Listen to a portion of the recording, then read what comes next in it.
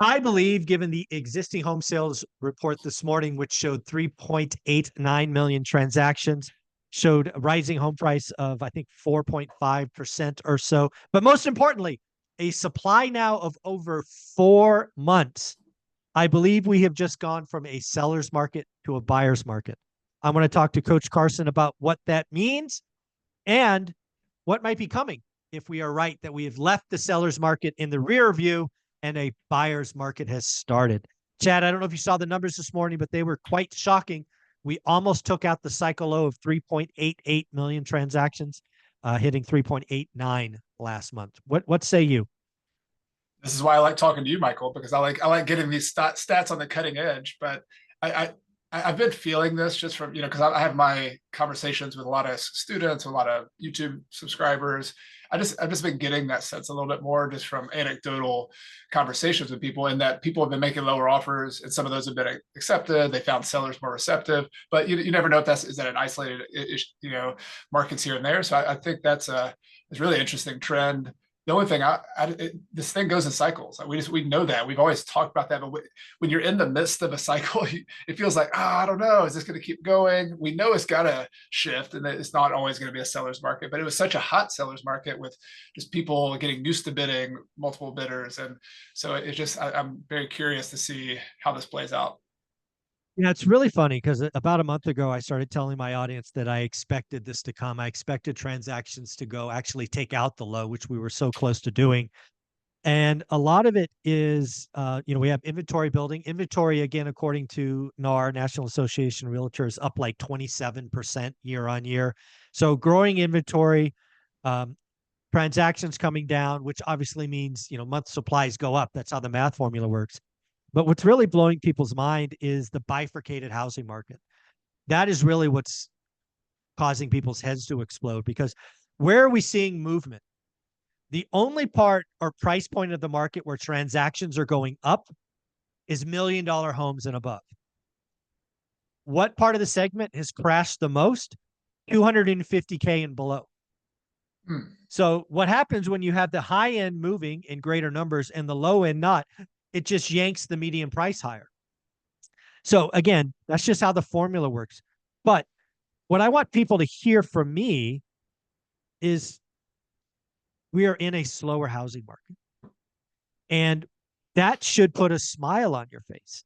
If you have been doing the work and frankly getting frustrated the last 3 years because you were too slow or you got outbid or whatever, great news. A slower housing market is your friend. I have seen more people get seller financing deals in the last 30 days than probably all of 2022. Why? Motivated sellers, right? I'm helping two guys in Vegas. They're both in their 20s, try to help negotiate their first seller financing deals. And both of them are frankly overpaying. They're basically paying yesterday's price, but getting yesterday's interest rate. That's how you get cash flow. So I just want people to realize that, yes, I think we've entered a buyer's market. Yes, this is going to feel different. Yes, the return on effort increases in this cycle. And I think a lot of people are just going to miss it.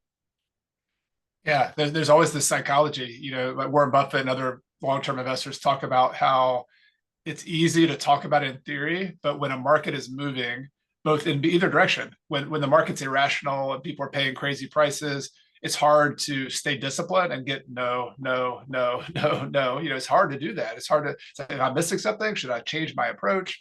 And then on the other end, I'm not saying we're crashing necessarily. I think it's kind of back to a market I remember, like a more normal, equitable market, normal. A normal market. Hey, sellers and buyers, 3 months of supply. Like, wow, that's pretty normal. That's what I remember when I first started.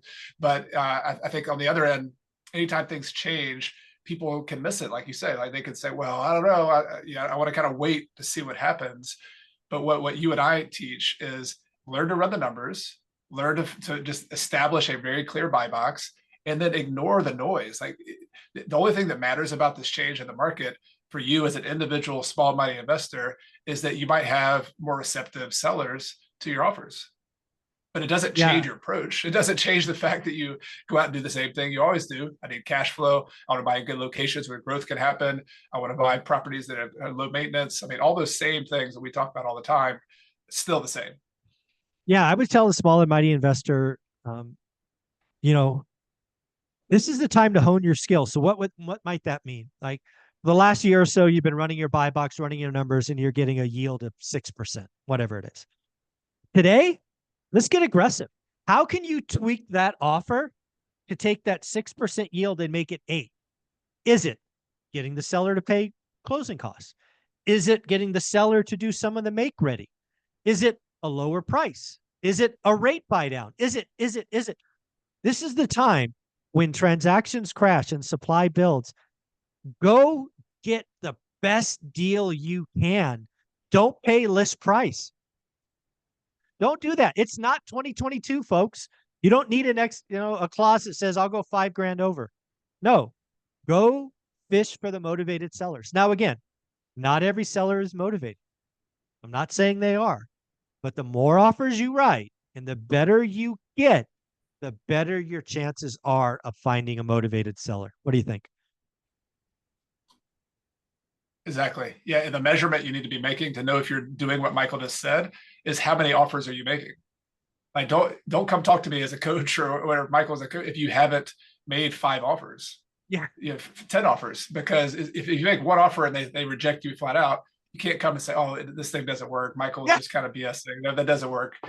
You got to do it. You got to actually get some numbers, and then that's how you learn. It's like the metaphor is you can't steer a parked car or a parked bike. You have to get in motion, and then you learn from that. You're like, okay, that seller didn't accept that, but maybe they would accept some closing costs, or they didn't accept this price, but maybe the one next door would. Like, you have to get out there and try it. It's more of a kind of experimental scientist mentality than it is like having it all figured out ahead of time. You just got to go out there and try it, throw it against the wall, see if it sticks. Yeah. Another thing that I know from you and small and mighty investors, when you look at your portfolio, I think it's about 1/3 of the transactions you've gotten is because of referrals. Again, in this environment, one of my rules is meet 2 new people a week. You should always be looking to expand your network. If you meet 2 new people a week, that's 100 people a year. And if you do that for 10 years, that's 1,000 people, right? Your network will bring you deals if you are open, if you're a good person, if you're clear on what you're looking for. Is that true? Absolutely. Yeah. I went back and studied I've bought hundreds of properties over the years, and 1/3 of them, some years more, some years less, have been from another investor, a real estate agent, a commercial agent, an insurance agent, people I know in my world, just sending me the lead saying, hey, Chad, I know you buy in this area, Clemson, South Carolina, the area around me. They just know that because I've told them that over the years. My reputation has been built around that. And then people send me leads. And, I just want to talk about how incredible that is. It sounds kind of like, oh, well, get a referral. That's great. People spend thousands of dollars for that lead that somebody can give you for free because you have a relationship with them. People pay for it. People wholesalers, they pay lots and lots of money to spend on direct mail, on sending out cold calls, doing all these things where they're working like a bunch of ants to go out and find properties. But what I love is I think I have a belief that if you're in business, especially a local, bread and butter kind of business, if you've been in business for 5 years and you're not getting a lot of referrals, something's up. You should be getting referrals from your customers, from your tenants, from your contractors. Yep. And so I would say the first message is just be aware that is a thing that you can actually tell people about it. And then it gets kind of fun. You can be creative with it. For example, I'll give a couple of easy, low cost, free kind of examples. Think about your the PS or the signature on your email. Yes. How many times do people think about that? It's free. As I said, it's on Google. You can go and change it. Most people just put nothing, or they have some kind of cheesy thing. I actually have I say PS. I buy properties in Clemson, South Carolina. If you find a fixer-upper or a house that's unloved, if somebody doesn't want it, you find a multifamily property that needs some work, I would love to hear about it. Please let me know. And then I ask them to call me or just reply to the email. Mm-hmm. It's free. How many emails do you send every single week where people can know what you're up to? And that's just one idea. Social media is incredible. I think some of our friends who spoke at the One Rental at a Time conference. I think Mike in Indiana, he kind of made a YouTube channel around his market, and just Yeah. being on social media and telling people about it. So you can use your Facebook, you could use The Twitter, you could king, the use king of whatever. Gary, Indiana, Millennial Mike. Yeah, yeah, self proclaimed, wasn't it? That's all you have Yeah, to do. self-proclaimed. I'm the king. It's all that matters. I'm the king. Doesn't nobody? He is now. Like so, but that's my point. Is like if you social media is incredible. Like you can, and you don't need as many people who watch one rental at a time to have a successful local social media presence. You could just have Absolutely. 100 people. You could have 50 people on a newsletter list. So I used to do Exactly. this. I used to do that back in the day before we had like this is dating me now, Mike. But I had a physical newsletter Oh, where wow. everybody in my world, it was 200, 220 people eventually. It was, this is my closing attorney, this is my bankers, this is my former coach at college, this was people, friends of friends.